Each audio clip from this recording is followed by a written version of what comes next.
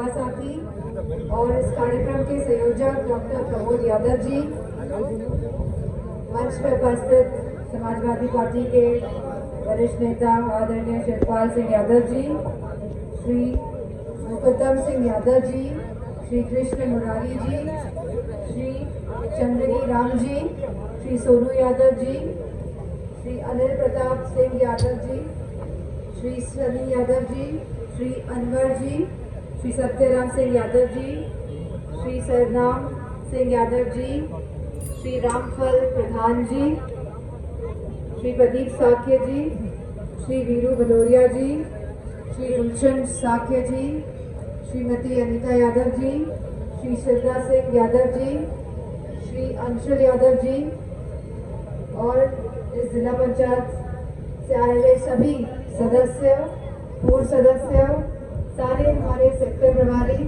सह सेक्टर प्रभारी, बूथ अध्यक्ष और बूथ कमेटी के भी आए हुए युवा साथी, आप सभी को धन्यवाद और आभार कि आज आप सब यहाँ पे आए हैं। और हम सभी जानते हैं कि जब 2022 का चुनाव हुआ था तो आप सभी ने अपना एक एक वोट डाल के हमारे आदरणीय श्रद्धेय नेताजी को सच्ची श्रद्धांजलि देने का काम किया था। और पूरे देश में मैनपुरी और नेताजी, मैनपुरी लोकसभा क्षेत्र और नेताजी का जो भावात्मक रिश्ता रहा है, तो पूरे देश और प्रदेश ने इस बात को जाना कि एक लोकसभा ऐसी भी है जहां के सभी लोगों ने उनके सबसे प्रिय नेता को सच्ची श्रद्धांजलि देने का जो काम किया। और मैं हमेशा आप सभी के लिए इस बात के लिए आभारी रहूंगी। हम सभी जानते हैं कि 2024 का चुनाव होने जा रहा है और कहीं ना कहीं यह चुनाव देश कैसा आगे चलकर होगा और क्या परिस्थितियां आगे चलकर बनेंगी देश में, यह इसका भी चुनाव है। और ये चुनाव बदलाव का चुनाव है, परिवर्तन का चुनाव है, क्योंकि आज जो देश और प्रदेश में हालात हैं वो असामान्य है। हम सभी जानते हैं कि किस तरह महंगाई, बेरोजगारी, किसानों की दिक्कतें और हमारे जवान भाइयों का दुख, किस तरह यह सब मिलकर जो माहौल बना है आज देश में, जहां सभी वर्ग और सभी समाज के लोग अपने आप को कहीं ना कहीं प्रताड़ित महसूस कर रहे हैं। कहीं ना कहीं दबाव की राजनीति, जो शीर्ष नेतृत्व है, हमने देखा कि किस तरह दिल्ली और झारखंड के मुख्यमंत्री को जेल में डाला गया। और इसी तरह दबाव की राजनीति के चलते सभी प्रदेशों में अगर हम देखेंगे तो सभी नेताओं पे कहीं ना कहीं दबाव बनाने की राजनीति चल रही है, चाहे गांव-गांव हो, चाहे जिला हो, चाहे प्रदेश हो, चाहे देश हो। और कहीं ना कहीं आज सब महसूस कर रहे हैं कि लोकतंत्र और संविधान खतरे में है, क्योंकि अगर आप दबाव की राजनीति का प्रयोग करेंगे तो लोकतंत्र किस बात का। अगर आप चेयरमैनी के चुनाव में, मेयर के चुनाव में वोटों की चोरी करेंगे तो किस बात का लोकतंत्र और किस बात का गणतंत्र। तो मेरा आप सभी से यही अनुरोध है कि यह चुनाव कहीं ना कहीं पूरे देश को संदेश देने का भी चुनाव होने जा रहा है, जहां युवा साथी आक्रोशित है कि नौकरियां नहीं लग पा रही हैं, कि नौकरियों में आरक्षण नहीं मिल पा रहा है, वहीं आज किसान अपने आप को कहीं ना कहीं खाली महसूस कर रहा है, क्योंकि आज डीएपी की कीमत 3 गुना ज्यादा बढ़ गई है। वहीं बोरी में चोरी जहाँ 5 केजी की हो रही थी, आज 10 किलो की चोरी हो रही है। और वहीं बहुत महंगी बिजली और सिंचाई। और माताओं बहनों से क्या कहेंगे, आज राशन की हालत हम सभी देख रहे हैं कि क्या राशन की हालत हो गई है। कहाँ बाजरा मिल रहा है और कहाँ 10 साल पूर्व का अगर आप आकलन करेंगे तो कहाँ आपको चीनी, चावल, गेहूं और तेल भी मिल जाता था, कड़वा तेल। और जो परिस्थितियां हैं मौजूदा, मैं समझती हूँ जहाँ सबको हक, सम्मान और न्याय मिलना चाहिए और संविधान के माध्यम से जो राजनीतिक, सामाजिक और आर्थिक हक, जिसपे सभी समाजों का हक है जो मिलना चाहिए, आज वो नहीं मिल पा रहा है। कहीं ना कहीं दबाव की राजनीति हावी हो रही है सभी समाजों पे और सभी वर्गों पे। तो मेरा आप सभी से यही अनुरोध है कि इस लड़ाई में जो आपने पहले भी देखी थी, जो पुरानी परंपराएं थी, जिस तरह की दबाव की राजनीति का जितने भी यहाँ पे आदरणीय बुजुर्गजन उपस्थित हैं और जितने भी मंच में भी आदरणीय बुजुर्गजन उपस्थित हैं, जो सामना किया है, वही परिस्थितियां आज फिर से उजागर है और हावी हो रही है। लेकिन हम सबको ये बात माननी होगी कि अगर हम सब एक साथ, सभी समाज लोग, चाहे कोई भी समाज का हो, एक साथ खड़े हो जाए इस लोकतंत्र की रक्षा में, इस संविधान की रक्षा में, तो कहीं ना कहीं हम सब इनको परास्त कर सकते हैं। और जसवंत नगर और किशनी में हमेशा से आपस में कंपटीशन है कि किशनी वालों के वहां जाएंगे हम तो कहते हैं किशनी ज्यादा वोटों से जिताएगी, लेकिन मुझे पूरा भरोसा है कि जसवंत नगर ज्यादा वोटों से जिताने का काम करेगी कहीं ना कहीं।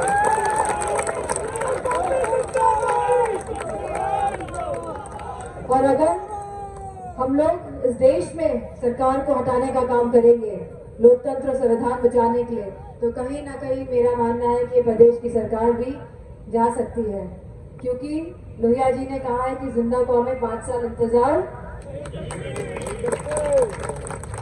तो इस लड़ाई में मैं आप सबसे अनुरोध करूंगी, क्योंकि बहुत कम दिन का चुनाव बचा है, 5 दिन का चुनाव बचा है प्रचार का, और फिर ये लड़ाई बूथ की लड़ाई होगी। हमारा वोट हमारे बूथ तक पहुंच जाए, अब ये इस पर निर्भर करता है। तो मेरा आप सबसे अनुरोध है कि बढ़ चढ़कर आप वोट करने जाए, और जितने भी हमारे सेक्टर प्रभारी, सब सेक्टर प्रभारी, बूथ अध्यक्ष आज यहाँ उपस्थित हैं, मुझे पूरी उम्मीद है कि जिस तरह पहले आपने काम किया है लगातार पार्टी को मजबूत करने के लिए, क्योंकि सही मायने में पार्टी को मजबूत करने में आपका जो योगदान है, उसके लिए सब जानते हैं कि आप सब लोग कड़ी मेहनत करते हैं पूरे वर्ष और चुनाव वाले दिन भी। तो मैं आप सबसे अनुरोध करूंगी कि आप मजबूती के साथ इस बूथ की लड़ाई को लड़ें। और आप सभी से मैं कहना चाहूंगी कि यह लड़ाई जहां हमारे संविधान को बचाने की लड़ाई है, जहां हमारे लोकतंत्र को बचाने की लड़ाई है, वहीं यह पूरे देश के युवाओं के भविष्य को बचाने की भी लड़ाई है। तो इस लड़ाई में सब लोग साथ मिलकर लड़े। और अब लड़ाई ये नहीं है कि कौन जीतेगा, जीतेगी तो समाजवादी पार्टी मैनपुरी लोकसभा क्षेत्र से, लेकिन अब सब संख्या बढ़ाने की लड़ाई है कि कितना वोट हम बढ़ा ले जाए। और तभी दूसरे खेमे में खलबली मची हुई है, तभी बैलगाड़ी में चला जा रहा है। तो हमको समझना होगा कि जीत की लड़ाई नहीं है, ये अब हमारे लिए जीत बढ़ाने की लड़ाई है। और आपका सहयोग और आपके साथ के बगैर ये थोड़ा मुश्किल होगा कि बढ़ा कैसे ले जाए।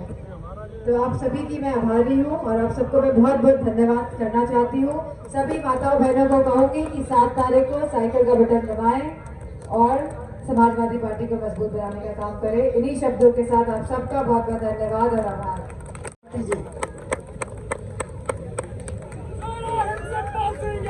जिंदाबाद जिंदाबाद जिंदाबाद जिंदाबाद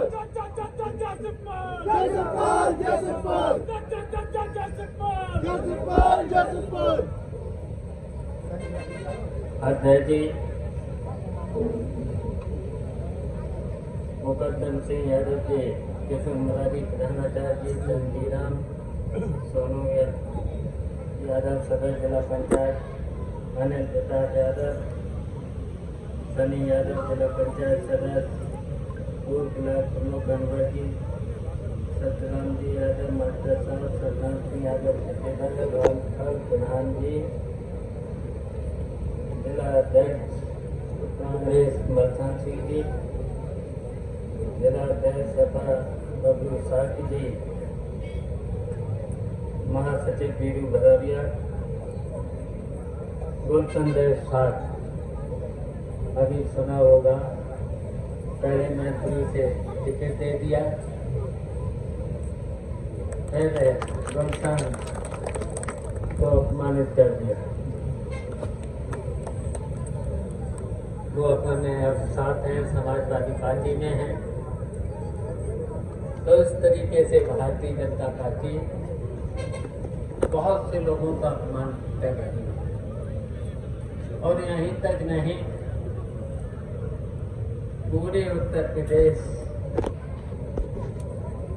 सभी वर्ग के लोगों का अपमान कर रही है। और भारतीय जनता पार्टी झूठ भी बोलती है और जितने भी वादे करती है 10 साल और 7 साल की उत्तर प्रदेश की सरकार ने डबल इंजन सरकार बोलते हैं, डबल इंजन की सरकार, और डबल इंजन की सरकार ने फिर से पूछो कि कोई भी जनता के लिए कोई ऐसा काम किया है? केवल जनता को परेशानियां ही परेशानियां दी। और इसलिए अब उत्तर प्रदेश ही नहीं, पूरे देश की जनता भारतीय जनता पार्टी के खिलाफ हो चुकी है। तो जब उत्तर प्रदेश की जनता खिलाफ हो चुकी है तो भारतीय जनता पार्टी के लोग क्या क्या बोल रहे हैं, बौखला करके क्या क्या बोल रहे हैं। अब भारतीय जनता पार्टी के सभी नेता देश कहां जा रहा है? देश आज संकट की ओर जा रहा है, तानाशाही की ओर जा रहा है। तो जब जनता इनके खिलाफ हो चुकी है तो ये बौखलाए। हम बहुत कुछ अब नहीं बोलना चाहते हैं, हमको तो आप लोग रोज ही सुनते रहे हो, बहुत सुना है। लेकिन यहाँ एक आए थे जसवंत नगर में, संत के रूप में, कपड़ों से तो संत लग रहे थे, लेकिन संतों का ज्ञान नहीं था। क्या बोल रहे थे? हमारा नाम भी दिया शिवपाल को बेचा नहीं। बताओ, हम बेचा नहीं? हमें कौन कौन सा पद नहीं मिला? बताओ, कौन कौन से पद नहीं मिला? जिला पंचायत अध्यक्ष भी रहे हम, 6 बार MLA भी हो चुके हैं, 2 बार मंत्री भी रह चुके हैं। बताओ, प्रदेश को चलाया कि नहीं चलाया? कोई काम रुकता था? बताओ, कोई काम रुकता था? आप पूछिए इन लोगों को, भारतीय जनता पार्टी के MLA और MPओं की क्या हालत है। अगर कहीं सिफारिश करेंगे तो रिश्वत और बढ़ जाती है। तो ये तो हालत है भारतीय जनता पार्टी के जनप्रतिनिधियों की। और भारतीय जनता पार्टी के राज्य में बताओ, जनप्रतिनिधियों की कुछ सम्मान है? बताओ, प्रधान से लेकर के BDC से लेकर जिला पंचायत सदस्यों से लेकर के किसी का सम्मान नहीं है। ये है भारतीय जनता पार्टी। और भारतीय जनता पार्टी के राज्य में बताइए, इन्होंने पूरा उत्तर प्रदेश अधिकारियों के भरोसे छोड़ दिया है। अब थानों का हालत क्या है? बताओ, थानों में बिना रिश्वत के कोई काम हो सकता है? ड्यूटी रिपोर्ट है कोई भी पैसा, फिर ड्यूटी रिपोर्ट को सिर्फ बचाने का भी पैसा। और थानों में कितनी लूट है। और उसी तरीके से तहसीलों में क्या हालत है? तहसीलों में बताओ, लेखपाल कानून से लेकर के तहसीलदार से लेकर के क्या इनकी हैसियत होती थी? बताओ, 100-500 रुपए। और आज कितने से शुरुआत हो रही है। और भारतीय जनता पार्टी के लोगों ने वादे किए थे, बहुत वादे किए थे। याद रखा करो, बातों को तो जरूर याद रखा करो। और इसलिए रखा करो, जितने भी वादे किए थे भारतीय जनता पार्टी ने 10 साल पहले दिल्ली की सरकार ने और 7 पहले उत्तर प्रदेश की सरकार ने, बताओ, एक भी वादा पूरा याद है? पहले उन्होंने कहा था कि अच्छे दिन लाएंगे। अच्छे दिन लाने की वजह से देश आज संकट में पहुंच चुका है। इन्होंने कहा था कि हम 15-15 लाख रुपया प्रत्येक के खाते में डालेंगे। हमें याद लगाना है आप लोग। बताओ कितने 15 रुपए भी किसी के खाते में पहुंचे? किसी के 500 रुपए का खाता और खुलवा लिया था और 1 रुपया भी उसमें पहुंचा नहीं। कहा था इन्होंने सस्ती बिजली, 24 घंटे बिजली। आज इन्हें बेईमानों को पूछो, हम लोगों की सरकार थी, ट्यूबवेल का कनेक्शन कितने का लगता? 9,500। और अब ट्यूबवेल का कनेक्शन कितने का लगता है? और बताओ बिजली कितनी आती है? बिजली कितनी आती है रोज का? क्या और जब हमारी सरकार थी, नेताजी की सरकार थी, अखिलेश यादव की सरकार थी, और 3 से 7 तक तो बिजली विभाग भी अपर रहा। हम पूछना चाहते हैं, कोई JEI से लेकर के कोई कहीं पर भी कनेक्शन काटने आते थे? क्या जुर्माना होता था? और यहाँ तक कि जो गरीब लोग थे, अगर कनेक्शन नहीं कटिया भी डाल लेते थे तो उनका जुर्माना कभी नहीं लगता था। और अब क्या हो रहा है? तो मैंने ये कहा कि पूरे देश को इस भारतीय जनता पार्टी के लोगों ने परेशानियां ही परेशानियां, और इसके साथ साथ किसानों को तो वादा किया था कि हम MSP के बराबर पैसे देंगे, MSP लागू करेंगे। किसानों की सब दिल्ली में जब किसान बैठ गए, आकर के 2 साल बैठे रहे, जब विधानसभा के चुनाव आए तो उन्होंने कहा कि MSP लागू करेंगे।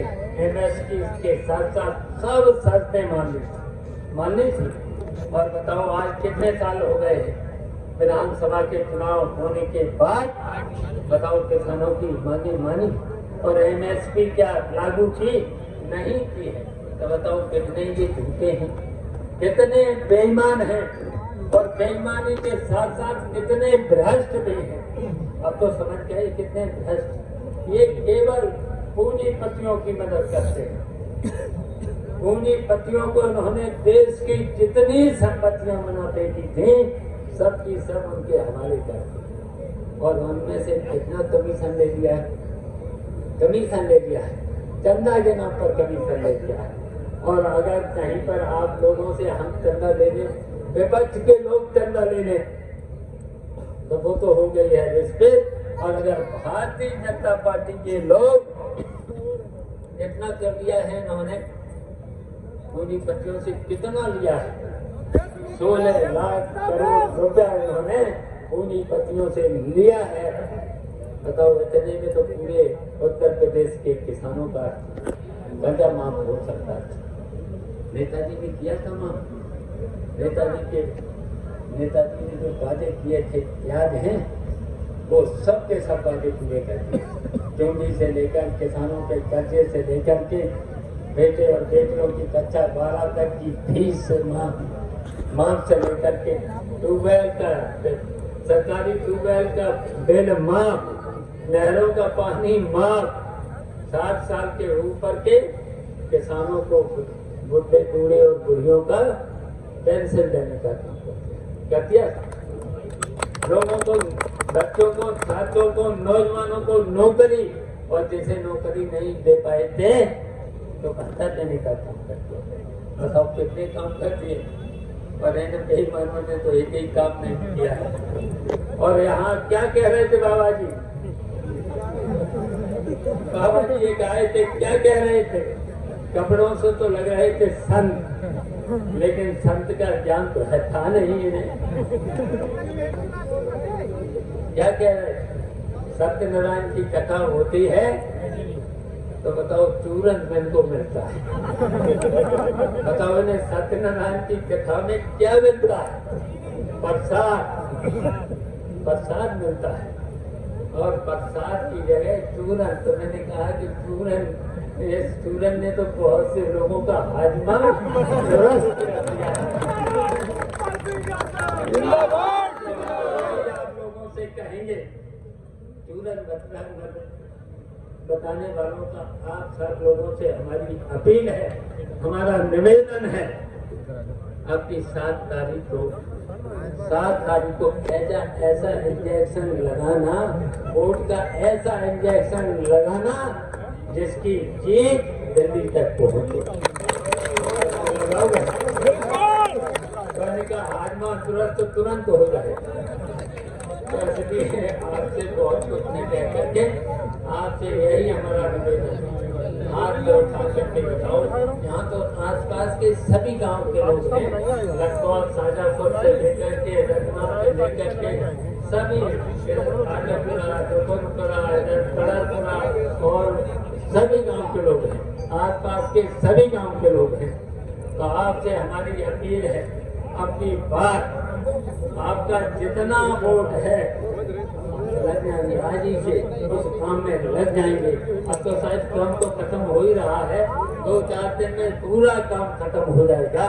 काम खत्म करने के बाद गली गली, गांव गांव, दरवाजे दरवाजे वोट मांग लेना और वोट मांग करके अपना जितना भी वोट है 90% से 95% वोट करवा देना। करवाओगे? उठा करके बताओ, सब लोग उठाए, अब नीचे कर लो।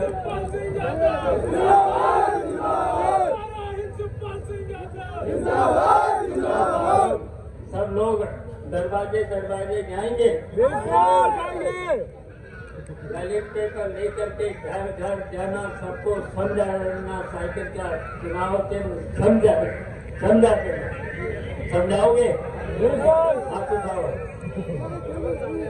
2 बार हो गया, 1 बार हो गया। अच्छा नीचे करो, अब 1 बार। तो 1 बार उठा सब लोग दरवाजे दरवाजे, गली गली सब लोग जाएंगे, समझाएंगे और एक होकर के सब लोग। अब ये देखो दरवाजा हो गया, दरवाजा करने के बाद कोई झूठ नहीं बोलता और शांति से सुबह 7 बजे से लेकर के जब तक 90% 95% वोट न पड़ जाए तब तक वोट डलवाते रहना, साइकिल का बटन दबाते रहना। जय हिंद, जय भारत।